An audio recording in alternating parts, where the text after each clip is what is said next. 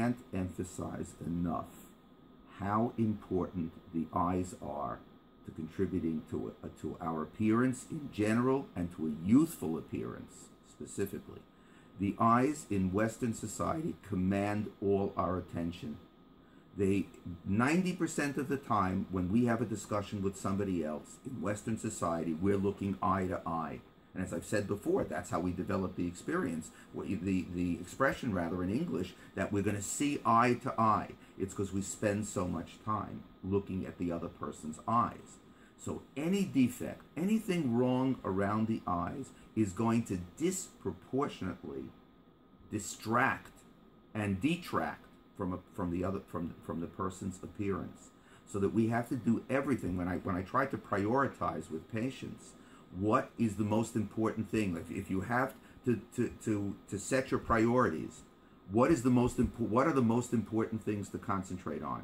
First and foremost are the eyes. So with time, because again, loss of volume contributes to it. What happens? You have a heart-shaped fat pad that has contributed to all the wrinkles and folds that I've mentioned before in the lower portion of the face.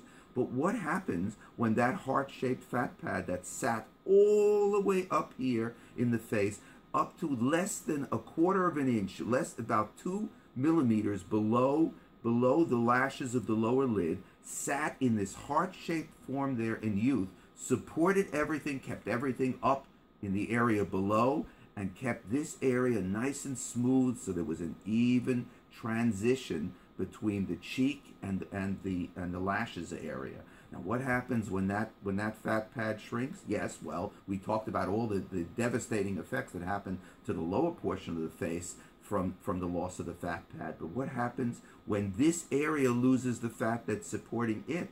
This area becomes like a vacuum. It becomes like a balloon that we've expanded and we let it stay for 2 days and expanded. Then we decide to release all the air. Everybody knows that the balloon will never go back to the shape that it was when it was fresh in the package. The balloon will end up all with folds and ridges, crinkled and wrinkled, but the skin will be stretched in such a way that it's thin. So all the tiny blood vessels underneath and all the muscles around the eyes will reflect through that thin, baggy skin as dark circles and folds. So we have the formation of tear troughs, we have dark circles, we have hollows, and we have bags.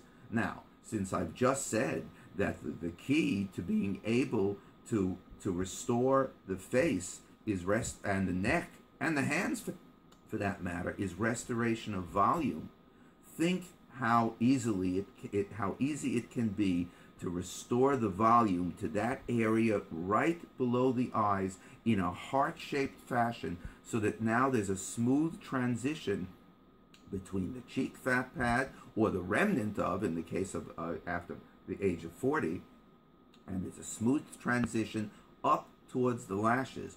It will mask the darkness, it will eliminate the tear trough, and it will straighten out the sacs underneath the eyes, the bags underneath the eyes, all non-surgically, and all so dramatically, because the eyes are so important, that it only takes about 5 minutes per side to be able to accomplish this in my hands. And 5 minutes per side, properly chosen. You can't choose the same material for each area, but properly chosen, the consistency of the hyaluronic acid for this particular area can actually yield a result that can set a person's appearance back about 10 years.